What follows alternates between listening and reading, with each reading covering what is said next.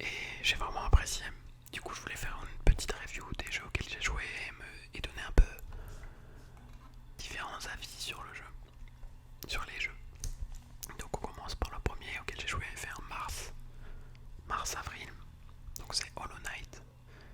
Donc il est plutôt connu, c'est un jeu indé Metroidvania. Donc en fait le principe ça va être que on va avoir une carte immense, mais on n'aura pas accès directement à toutes les zones parce qu'il y en a qui seront bloquées.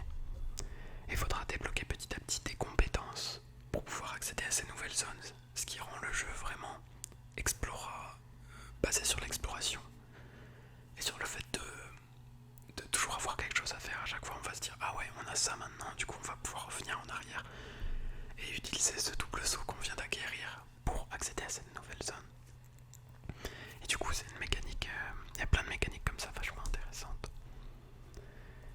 Et donc moi dans Hollow Knight ce qui m'a vachement plu, euh, je vais essayer de donner les points forts, les points faibles, tout ça, et peut-être une petite note aussi à la fin.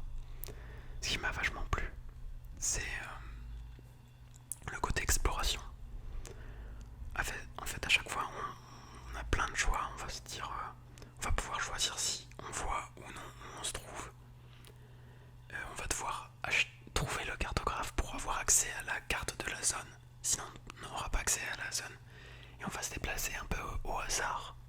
Et c'est ça tout le bonheur du jeu en fait, c'est que on va se balader de zone en zone en essayant d'avancer petit à petit. Et toutes les zones sont vraiment différentes, avec une ambiance particulière, de beaux effets visuels.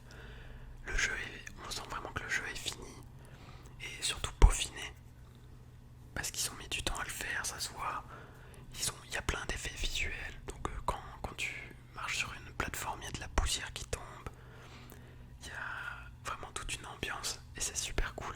On sent qu'il y a même un univers créé autour de ça, autour du jeu avec le royaume d'Hollow Nest et tous les petits insectes qu'on croise, comme vous le voyez peut-être sur les vidéos de présentation que je montre, que j'ai en rec. Et je l'ai trouvé vachement cool, bon.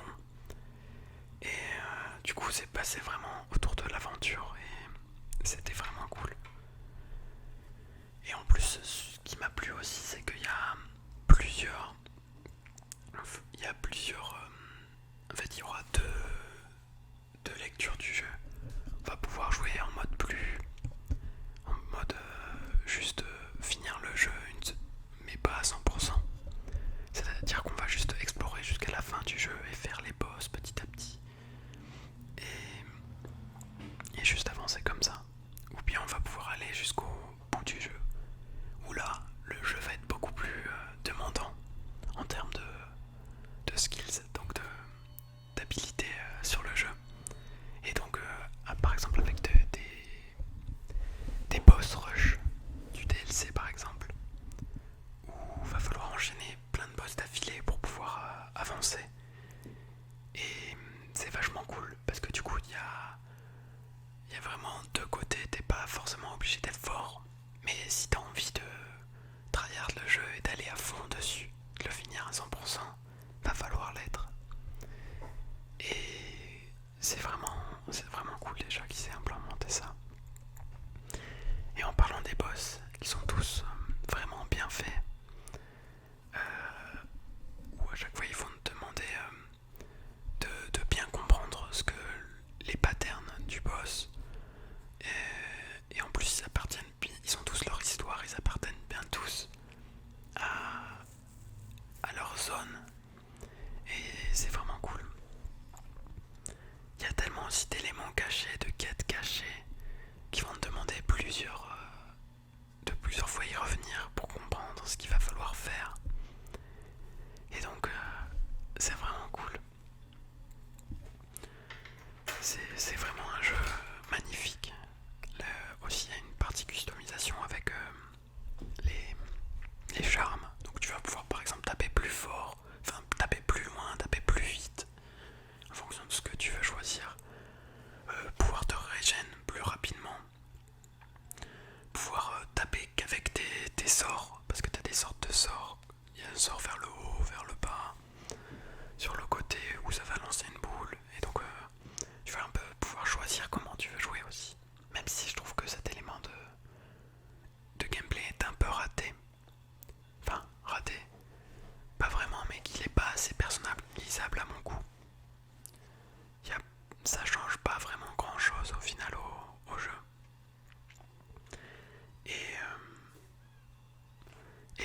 vraiment ce jeu est magnifique et je vous le conseille. Et ouais, du coup, et en plus, il y a vraiment une aptitude, les mécaniques de gameplay sont vraiment cool. Parce que tu vas pouvoir te choisir entre deux heals, donc de gagner des petits points, des petits masques, ou bien taper. Donc tu auras vraiment une notion de risk and reward. Donc risque et récompense en français. Ou soit tu donnes le tout pour le tout et tu all-in. Soit tu te heal et tu joues super sécuritaire jusqu'à que en étant vraiment carré dans tes patterns. Vraiment, ce jeu, je vous le conseille même si vous n'êtes pas super fort. En plus, il y aura moyen toujours de finir le jeu, je pense. Donc voilà, vraiment, c'est un jeu magnifique. L'aventure, si vous aimez l'aventure, et si les graphismes vous correspondent, parce que c'est quand même peut-être pas pour tout le monde, même si au final on s'y habitue. Moi je trouvais le jeu magnifique, mais bon, on sait jamais. Voilà, maintenant on va passer au second jeu. Là celui-là je le noterai 9 sur 10. Au second jeu, c'est Ori. Alors Ori, c'est pareil, un Metroidvania, et en fait j'y ai joué parce que quand j'entendais Hollow Knight, j'entendais souvent parler de Ori. Et du coup je me suis toujours dit que si je faisais l'un, il fallait que je fasse l'autre. Et donc j'ai fait Ori 1, parce qu'il y a un 2 qui est sorti récemment. Et je vais le dire tout de suite, j'ai moins accroché que Hollow Knight. C'est le même style de jeu, où on aura des compétences petit à petit qui nous permettront de débloquer de nouvelles zones. Mais déjà il est plus court. Hollow Knight il est vraiment infini, t'as l'impression que le jeu il ne s'arrête jamais. À chaque fois que tu découvres une nouvelle zone, du coup t'as l'impression que c'était fini, tu pensais que c'était fini et au final il y a une nouvelle zone. Là Ori déjà il est plus court. Et le système de combat est un peu et c'est moins porté sur le système de combat en fait que Hollow Knight. Hollow Knight c'est vraiment beaucoup porté sur le système de combat souvent dans le gameplay. Là c'est moins porté là-dessus et du coup il n'y a pas vraiment de boss. Ce que j'ai un peu regretté. Parce que en fait on a une petite orbe qui attaque les ennemis. Mais c'est juste des clics de souris quoi. Donc ça va pas te permettre ou tu martèles la touche quoi. C'est pas ouf quoi. Ou bien tu peux faire d'autres trucs qui font des dégâts, mais t'as pas moyen de faire des combos ou de vraiment faire un combat de boss quoi avec ça. Et du coup c'est porté. Par contre le jeu ouais est aussi super joli. Dans une autre charte graphique, mais c'est aussi super joli. Il y a différentes ambiances et tout, et l'histoire elle est vraiment plus simple que sur Hollow Knight. Hollow Knight, si tu fais pas vraiment attention et tout à tout ce qui est dit, c'est dur à comprendre l'histoire. Là c'est une histoire super simplifiée et super mignonne. Mais bon, j'ai moins accroché par les éléments de gameplay. Même s'il y a quand même des compétences qui sont super cool. Par exemple, je pense au fait de renvoyer les boules que les ennemis te projettent dessus. Et aussi, t'as une sorte de... Je pense que je montrerai une vidéo pour expliquer mon propos. De compétences qui te permet de sauter sur les ennemis et sur les objets. Et cette mécanique, elle est vraiment trop cool. Parce que du coup, ça te permet de faire des éléments d'obstacle un peu... et aussi un peu à la Mario et tout. Qui sont vraiment trop bien faites. Et trop cool à jouer. Donc c'est mieux fait que sur Hollow Knight, hein, par contre. Ces éléments un peu plus obstacles. Et donc, et plateforme. Et donc, pour le coup, ça c'est mieux réussi que Hollow Knight, mais vu que la longueur, le jeu est plus court, que le système de combat moins plus, qu'il n'y a pas vraiment de boss, que l'histoire est un peu plus simplette, et donc je m'accroche moins à l'histoire. J'ai moins apprécié Ori. Mais bon, ça reste quand même un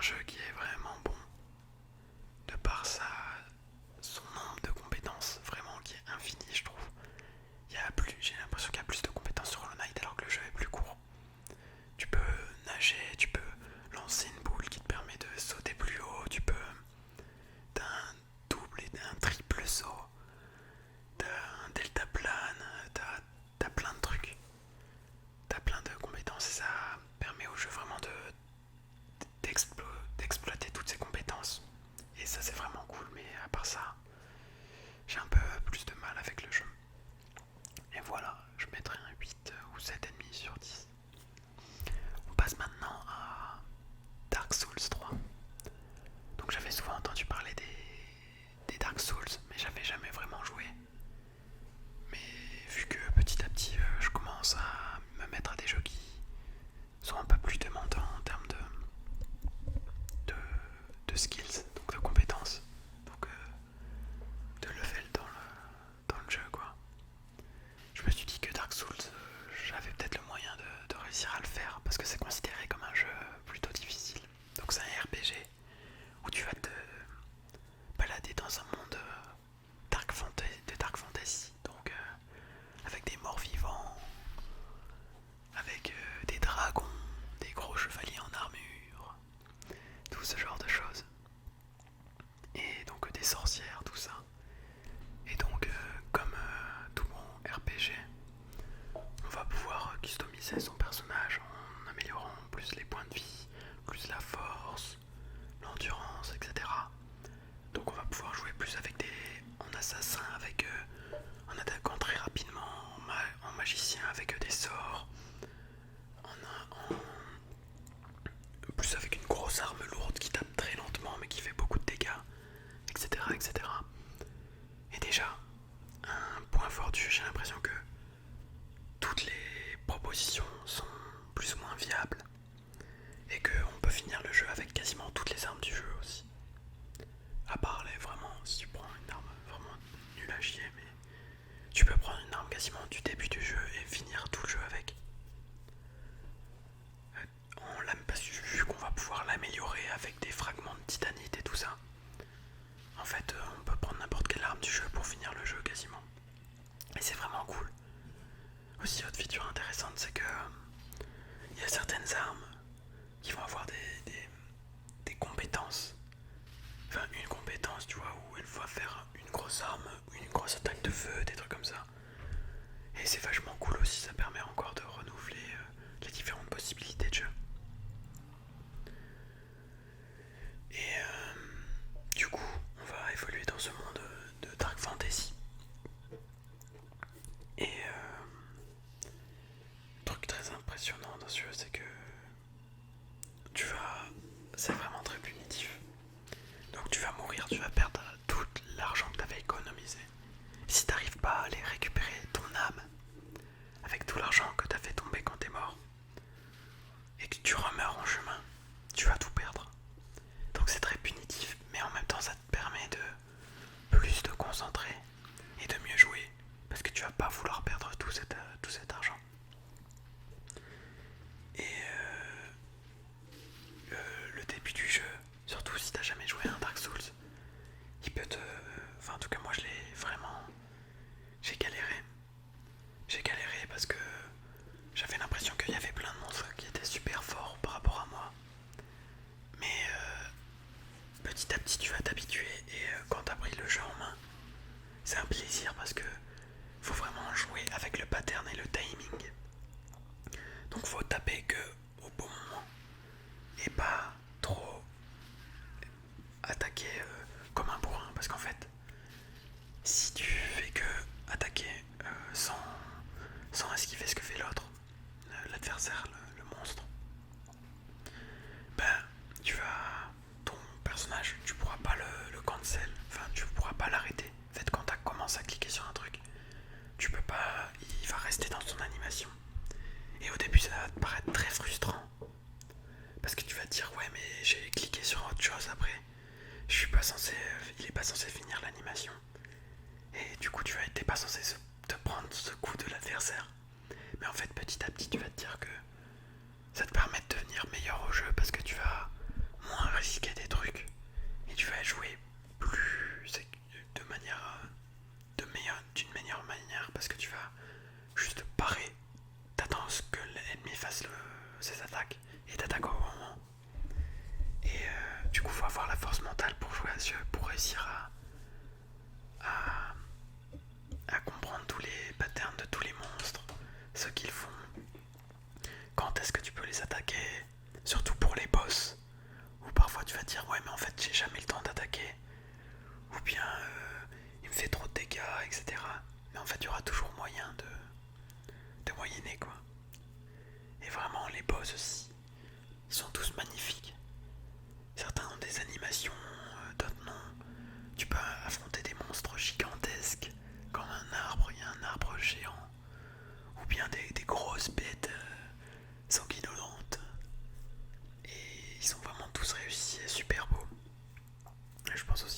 danseuse qui est vraiment super beau, super belle. Elle fait des toupies comme ça en essayant de t'attaquer.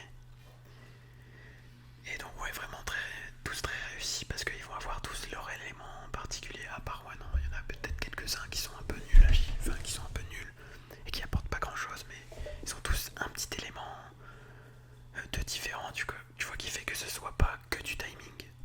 Par exemple, il y en a un, il commence à sa première phase où il a un gros dragon, où il te souffle, où il te lance des éclairs, il te crache du feu à la gueule et tout.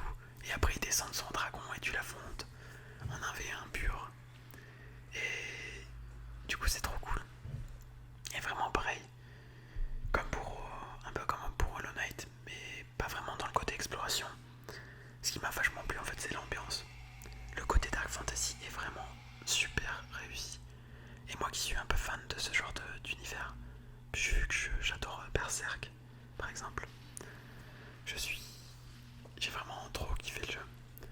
Je trouvais vraiment qu'il y a une ambiance malsaine qui s'en dégageait avec tous les châteaux qui sont trop nombreux pour être réels, tous les marécages avec des bestioles qui te maudissent, etc., etc. J'ai vraiment kiffé le jeu et au final la difficulté, elle a son charme dans ce jeu parce que tu vas forcément y arriver au bout d'un moment. Les boss sont vraiment pas infaisables, à part peut-être ceux du DLC.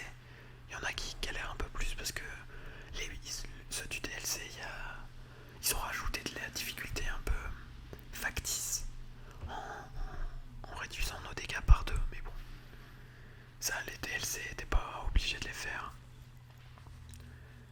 Donc vraiment, super jeu. En plus, tu peux jouer de plusieurs manières, t'es pas obligé de tuer le monstre.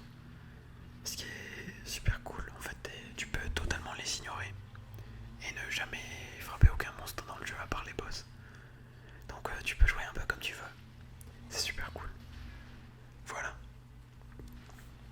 Y a rien qui est indispensable en fait dans le jeu à part tuer certains boss à certains moments pour pouvoir débloquer de nouvelles zones, mais sinon t'es pas obligé de récupérer les items non plus. Les petits objets collectibles aussi. Le jeu te force à rien, t'es un peu libre. Bon, par contre, par rapport aux autres Dark Souls, je crois que tu peux pas aller dans différentes zones. Enfin, le jeu est un peu linéaire par rapport aux autres Dark Souls. Mais bon, moi, vu que j'ai joué que à celui-là, je trouve que c'est vraiment un peu l'aboutissement de tous les Dark Souls qu'il peut y avoir. En ayant vu un peu des parties de gameplay des autres, je trouve ce jeu vachement réussi quand même. Et je l'ai kiffé. Voilà. Et on passe au dernier jeu. Parce que sinon la vidéo va être trop longue. Je vais parler de Blasphemous. Donc il y a un peu un mélange entre les deux types de jeux que je vous ai présentés juste avant. Donc c'est en même temps un Souls-like, donc un jeu un peu comme Dark Souls. Et en même temps un Metroidvania. Donc comme Ori, comme Hollow Knight. Même s'il se rapproche plus vraiment d'un Metroidvania classique, de chez classique. Et donc Blasphemous c'est un peu dans le même univers que Dark Souls, je trouve. Enfin,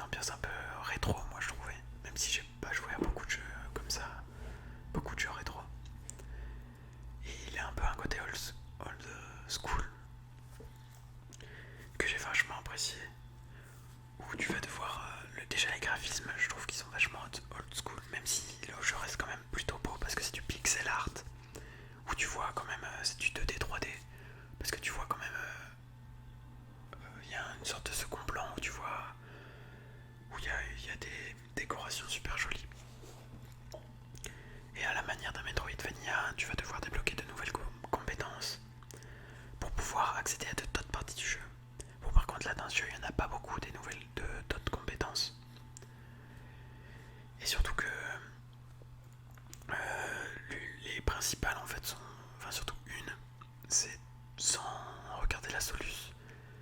C'est un peu compliqué de savoir où faut aller vraiment pour l'obtenir. Et surtout qu'en plus tu l'obtiens vers la fin du jeu, du coup t'es obligé de tout refaire après le jeu pour aller aux zones inaccessibles avant. Donc c'est un peu relou sur ce côté-là. Et après ouais, pareil, l'ambiance est vachement réussie encore une fois. Le gameplay aussi je l'ai trouvé vachement cool parce qu'il y a des combos, tu peux faire 4 attaques d'affilée. Ça te fait un combo, 4 attaques, 3 attaques d'affilée, une attaque vers le haut, tu vas vers le haut, ton personnage va vers le haut. Une attaque vers le bas où ça te fait. T'as une attaque plongeante où si tu fais la touche vers le bas plus la touche d'attaque, je trouve que au niveau du gameplay de combat, il y a de quoi faire. Tu vois, il y a aussi une attaque projetée, t'as une personnalisation avec un sort que tu peux attribuer. T'as des potions de soins à la manière d'un Dark Souls. C'est pour ça que ça ressemble un peu. Et aussi quand tu meurs, c'est un peu comme Dark Souls, tu dois récupérer ton âme. Mais c'est un peu bizarre parce que ça t'enlève ta barre de santé, ça t'enlève pas ton argent quoi. Et les boss pareil sont super réussis. Ils sont tous, ils sont à peu près, à part un, il y a moins de boss que dans Dark Souls ou Hollow Knight. Mais ils sont tous vraiment une feature intéressante. Par exemple, il y en a un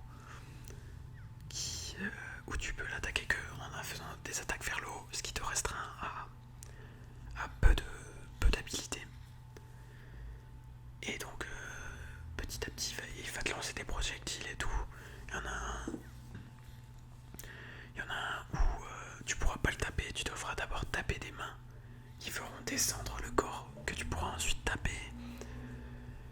Voilà, ils ont tous un truc en particulier qui est super cool.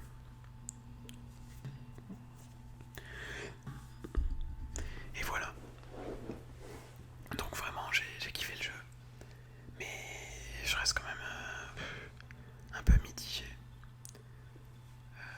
Ouais. Parce que je sais pas ce qui manque, mais j'ai l'impression qu'il manque un truc. Il est peut-être un peu trop classique en fait. Il n'y a pas d'élément de folie en fait dans le game design surtout. Ça reste assez...